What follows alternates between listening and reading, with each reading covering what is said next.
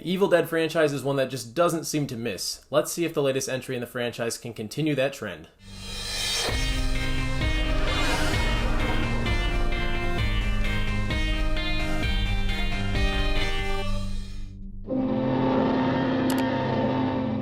Hello everyone and welcome back to the channel. Today we're going to be talking about and reviewing Evil Dead Rise, the newest horror film in the Evil Dead franchise, which comes out this weekend. Just to give a little bit of a history on sort of my take on the franchise as a whole. The first film in this series that I actually watched was the 2013 remake by Fede Alvarez, and I didn't really love it at the time, didn't really understand what this franchise was trying to be. So it sort of took me watching Sam Raimi's original trilogy to give me respect for it, because I absolutely love that trilogy. Love how they sort of start out as these super gritty, over-the-top, sort of pushing boundaries with the gore and the blood horror films, and they sort of progress into a little bit more humor, a little bit more satirical. And I love that original trilogy just sort of evolves and becomes sillier and just more absurd as it goes along. Tons of fun. And after revisiting the 2013 remake, I think I can really respect it a lot more for sort of bringing the series back to its roots with the gore and the over-the-top horror. And like, that film is genuinely really disturbing and really unsettling. Of course, it's super bloody and gory, and normally it's sort of easy to shit on films that go for gore over actual storytelling. But there's just something really charming about the way Evil Dead handles it. So Evil Dead Rise centers around Ellie, a single mom living in LA, trying to raise her kids in a super run-down apartment building, and as you can probably expect, one of the characters comes upon the Necronomicon, also known as the Book of the Dead, starts to read it, and of course, a bunch of people start getting possessed by demons. Ellie's sister, Beth, played by Lily Sullivan, shows up, and she sort of becomes our protagonist of sorts. So in reality, there aren't a whole lot of new ideas in this film in terms of what it brings to the table that the previous entries didn't, aside from the sort of change in scenery, moving from sort of the cabin in the woods style to the LA apartment building.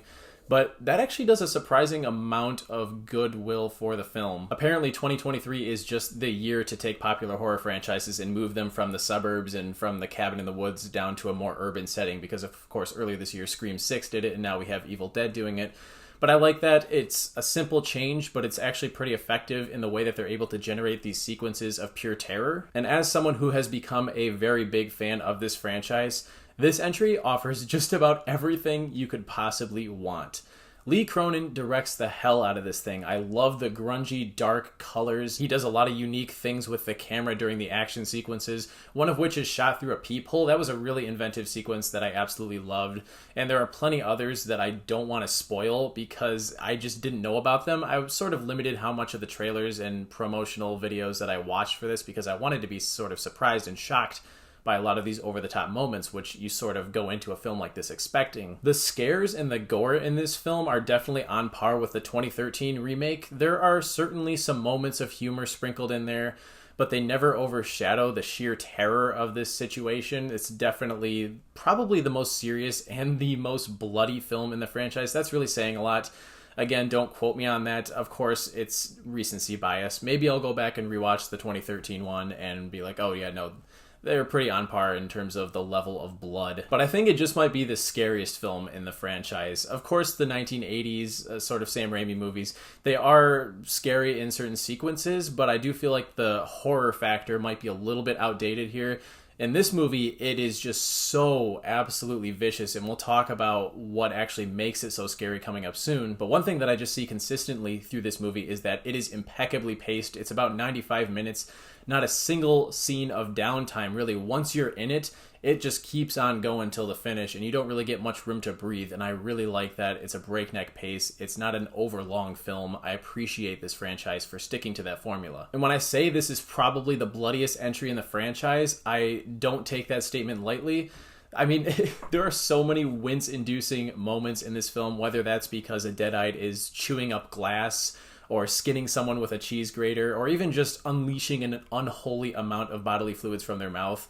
There are just so many sequences that are very familiar, but also a lot of inventive ones. Of course, if you've seen the trailer, there is a chainsaw moment in this. I feel like every Evil Dead movie kind of has one because it's become synonymous with this franchise. But the fact that the chainsaw sequence in this movie is on the tamer side of things really just goes to show how gruesome it really is. Alyssa Sutherland as Ellie and sort of the main Deadite of the film is incredible. I think she's bound to become one of the most iconic characters in this franchise once people sort of go out and see this. She just nails everything from the facial expressions to the body movements and contortions, which I'm sure a lot of which was stunt work and practical sort of special effects.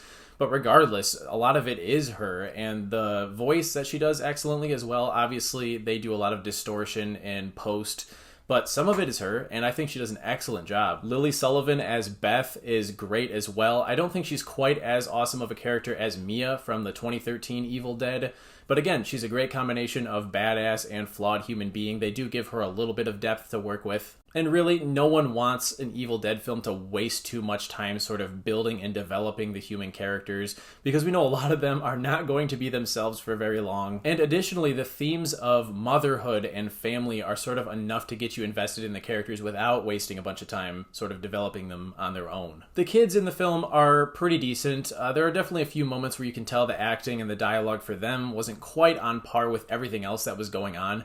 Of course, the demonic shit talking and then their responses to that sort of feeling a little bit wonky at times. But for the most part, the performances across the board, like there isn't a single one that stands out to me as definitely bad.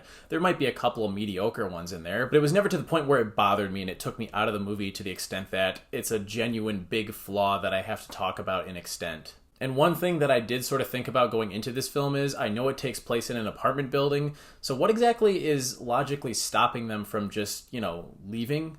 Because when you're isolated in a cabin in the middle of nowhere, you can't really leave. But here, you're in a big city. Why don't the characters just leave when shit starts to hit the fan? And the movie does sort of come up with a clever way to sort of make them stay in this location. I won't talk about it, but it's something that I appreciate that I was a little concerned about going in. As far as issues with the film, I do think they make a couple of lore changes that don't make perfect sense. I have read that this is supposed to take place in the same universe as the last one. And just the way that they acquire the Book of the Dead and the sort of minimal amount of lore that they do give us surrounding it in this film, it doesn't really fit and jive perfectly with what we've learned in the past. And again, that's not really a flaw of this film on its own, more of a flaw of the continuity of the franchise as a whole. Another minor issue that I have, and you can say this about all these movies, but when they find this book and they see clearly that there are some possible supernatural sort of entities trapped inside of it, why would you read it? Just why would you read it? The second those pages start turning on their own, I would slam that thing shut and I would throw it in the fireplace. I don't think it would actually burn, but still, the characters could definitely make a few smarter choices at times. But really, it wasn't enough to bring me out of the movie because you kind of know they're going to do some stupid shit to cause all of this to happen. I'm just shocked that this film is this great. I mean, this is the 5th entry in this franchise. I don't think they've had a bad one. In fact, I love the original trilogy. I think the 2013 one is great. This might be just a slight step ahead of that one in terms of quality. I just think the pacing is better. Some of the characters are more interesting and developed. And the main Deadite of the film is more terrifying. It's a gory film. It's absolutely gruesome. So if you don't like that kind of stuff, definitely don't see this. But if you're able to tolerate it and you just want a super gritty, terrifying bloodbath of a film, Evil Dead Rise absolutely delivers that in spades. It's one of my favorite movies of the year so far now. Absolutely the best horror film of the year so far. I'm going to give this one a 4.5 out of 5. I really just dug the hell out of this film. Again, I feel like people that don't like this movie are going to cite issues such as the fact that it's not that original because, again, we're 5 movies deep and they all have a very sort of similar formula. But it's executed so well that I just had a total blast watching it. I was on the edge of my seat. I was biting my fingernails the entire time. And I think most people will probably have the same experience unless you're just really hardened to this stuff. But as always, guys, I do want to know what you think of this movie down in the comments once you do see it. And what's your ranking of the Evil Dead films? Possibly I'll make a video ranking them myself in the future. Don't forget to like and subscribe if you want to see more videos like this. And I'll see you guys in the next one. Thanks for watching.